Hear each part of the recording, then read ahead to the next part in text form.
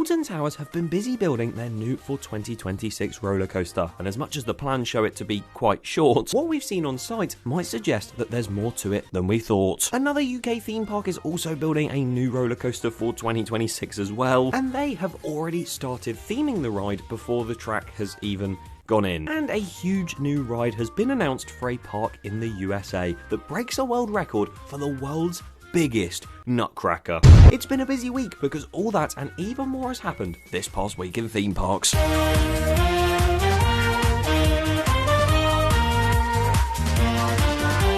Yes, welcome back to the most awesome series of all time. This past week in theme parks, where we take a look at the news in the past week at the theme parks. Would you believe it? And you won't believe some of the news that I have for you today. And there's a ton of it. So if you do want to skip to specific stories, be sure to use the video progress bar chapters below, and be sure to subscribe to the channel if you haven't already as well. These videos do take quite some time to research and create each week, so any support like subscribing would be massively appreciated. And with that being said, it is news o'clock. My non-existent watch is telling me it is time to get started, and what better way to tick off loads of different news pieces very quickly than with the quickfire news segment. Let's go. And for once, we are not starting in the USA. We're starting here in Europe. You're gonna have to wait, USA people, because over in France, a brand new Spinfinity Splash Coaster is coming to a park there in 2028, made by Bold Move Nation. I have no idea who that company are or what this ride will be like, but it kind of looks like a rapid boat on a track as a roller coaster, and I quite like that. A brand new family attraction is coming to somewhere in the Netherlands, the seaside resort of, how do you even pronounce that? The city of Scheveningen. Ain't no way I'm pronouncing that. But that looks like it's going to have some really fun, fast-paced, motion-based rides. Sticking in the Netherlands, Efteling and Vekoma, the Dutch manufacturer, have announced an official partnership where they've developed a groundbreaking new accessibility concept to make boarding rides and attractions for wheelchair users a lot easier. And this is amazing to see. You can see the concept of what it's going to look like, and hopefully this can get distributed to not only Efteling, but more parks around the world. Freizetpark Plohn, what is it with these pronunciations, are opening a brand new water coaster very soon, and as you can see, that has now gone vertical. Furius Baco at Portaventura supposedly had its launch cable replaced.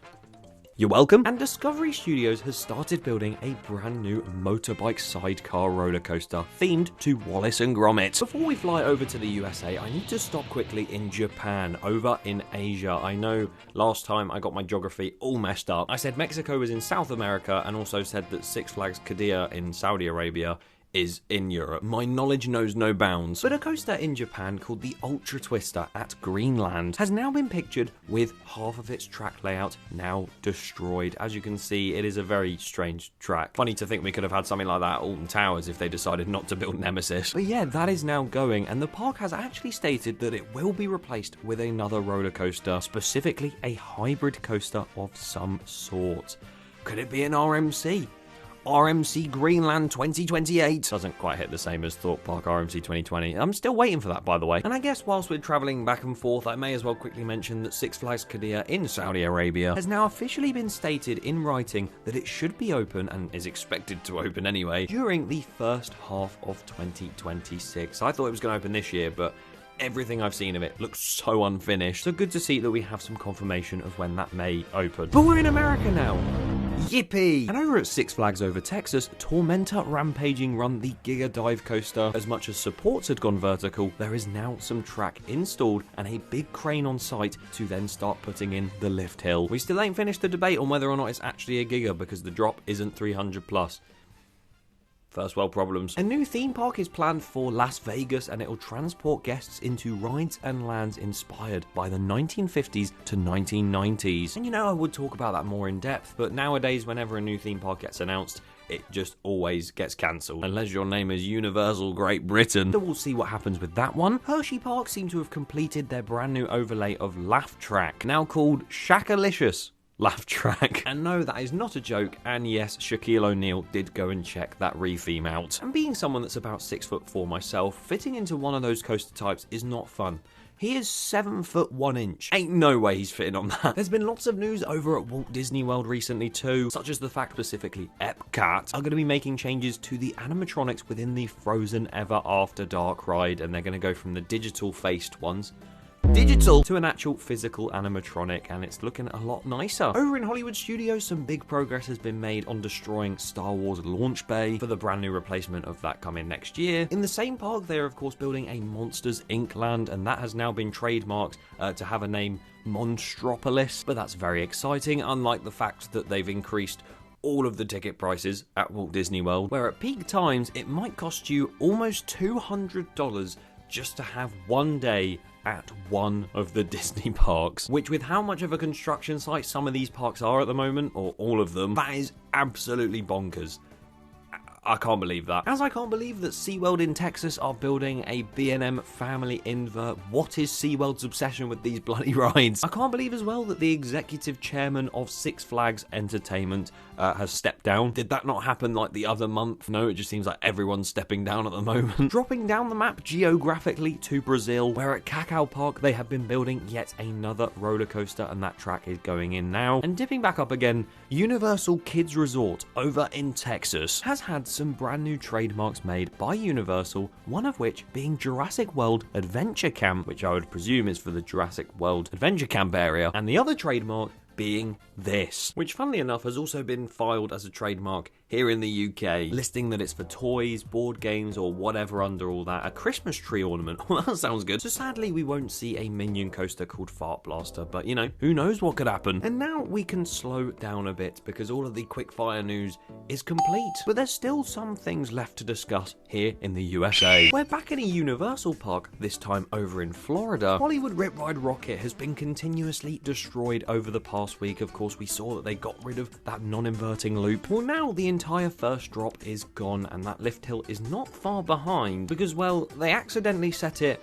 on fire, which I guess helps with the destruction of the ride, but I believe this was an accident and they didn't mean to actually set this on fire. It just caught fire. Various videos online of it set alight, and yeah, it's quite funny the fact that they're trying to destroy this ride and it's putting up one final fight. But no, that fire was quickly put out, and I would imagine the lift hill is going to be put out of its misery very soon. A very iconic coaster that did get fully flatlined earlier this year, Kingda Car over at Six Flags Great Adventure. There's been more work going on over there on the new replacement of it, and we can see the footers in the ground making up some weird sort of just straight line, and there's like, it feels like there's a swing launch in there somewhere, which is funny to say because it's just a bunch of pins in the ground. But a lot of rumors and speculation have come about from zoomed in images saying that those footers definitely look like a Mack rides kind of footer. So we're one step closer to that Mack spinning GIGA coaster being a thing. Please no. And talking of new rides, this time we don't actually have to look at just concrete and metal to work out what it is, because Lagoon in America have announced a brand new ride and basically showed us exactly what it's going to be like. And it is an S&S Scream and Swing ride that will open in 2026, and it will stand over 100 feet tall and reach speeds of up to 68 miles an hour. So when I said last week that you want to set your calendars, although it might be a kids ride, I was wrong. This is quite a big investment, especially the massive structure that they're going to put guarding it. The park director's saying it's going to guard the ride. It must be some huge warrior or something. No, it's a nutcracker. A 50-foot tall statue of a nutcracker right outside the ride that is going to be themed to a nutcracker, literally called the Nutcracker. Well, there's too many nutcrackers here. Very excited to see that come to life. And I'm also very excited, or am I, to travel over back to the UK. We're here. I was here already the whole time, but don't talk about that. Where not only in the past week did Infusion at Blackpool Pleasure Beach hit 1 million cycles. So if we do the maths, that's 8 rows, so 16 riders per train, which means 16 million people have gone round, which means 16 million people have gotten concussions. Not only did Fierce Green Park open for the first time this season with an awesome looking host, but Lightwater Valley Theme Park in Yorkshire was recently offered for sale at a guide price of £3 million. A Ride Rater article came out all about Lightwater Valley and the fact it's been put up on sale, and the fact in previous years it's obviously undergone a lot of changes to go from this sort of thrill park with the ultimate, rest in peace, and now how it's gone to that family sort of demographic, and it is seeming to be failing. But we shall see what happens. £3 million doesn't seem too much for an entire theme park, considering some rides at our main theme parks here in the UK cost more than triple that. So I'm quite curious to see who buys this and where Lightwater Valley goes. Although maybe it's best to prepare ourselves for another theme park closure here. Chessington have announced a pass holder day if you want to go and attend that. It's like a secret hidden day. Am I stupid? So secret that they've posted about it everywhere on socials. That the pass holder date will be on the 8th of November and tickets will be released at some point over the next few weeks. And Chessington have also been very busy with their brand new Paw Patrol land. Because if you don't know, I did visit Chessington very recently, and as you can see, this is me on Griffin's Galleon. Wow. Look at it go. We checked out their Halloween event, which is pretty cool, but also checked out the construction site for Paw Patrol, which lots of work has been done to it so far. You can see a huge building at the back that's been made, all the different like foundations for the different flat rides, and there's so much going on, not only there, but outside the park in the car parks, because shout out to Ollie, as you can see, they have put loads of these different flat ride cars and maybe even the coaster cars somewhere, laying ready to go into the site in the car park. Yes, they're all just sat there, you can go and look at them, all of that alongside Cobra, which was in Wild Asia, but we'll get onto that another day. Too much construction happening at that place. But on site, not only have they put the foundations in for the coaster as well, but they have now started theming the ride before anything's even gone in for the actual coaster itself, because we've had some nice looking rock work installed, as you can see right there. Looks very like wintry. I don't know what the theme they're going for here is. It's Paw Patrol. I know, but I just don't know what the Paw Patrol side of things would be with the coaster if it looks very wintry. But it looks pretty cool, you know. I like that sort of cartoony effect that it's got on it. It's quite a big piece of theming, and hopefully we see more theming go in very, very soon. I will be patrolling around the area occasionally to see what construction there is. I'll keep you updated, as I will with Alton Towers, because there's lots of stuff going on there. Not only did they update their app recently where you could actually see the queue times when you're not in the bloody park, and then updated it a mere day later, and now you can't see the queue times outside the park again, for God's sake. And not only did they announce that the Alton Towers Fireworks is back, and what's the show themed to this year? AI. But the main thing happening at Alton Towers at the moment is the fact they are building their Bluey roller coaster. Officially announced as a Bluey coaster a few weeks ago now, that has been going up very quickly, with the station building having the structural sort of elements of the metal girders and everything put in, and a lot of groundwork taking place. And it seems a lot different from what we first thought, because the footers have started to go in on the ground, and as you can see, they look pretty similar to the layout that we had already in the plans, which I'll remind you again was literally an oval, the shortest roller coaster in the world. Well, as much as the footers on the floor, which obviously the supports connect into, and then the track will go on top, so whatever the layout of the footers is probably the layout of the track. A lot of them do follow that oval layout, but at the same time they don't. It sort of goes round in that oval shape on the right, but then there's more footers and supports that are going to go in on the left. And that just makes no sense. I'll put a map up of what I sort of mean by this, and you can sort of tell that there's going to be supports elsewhere that aren't in that oval track layout.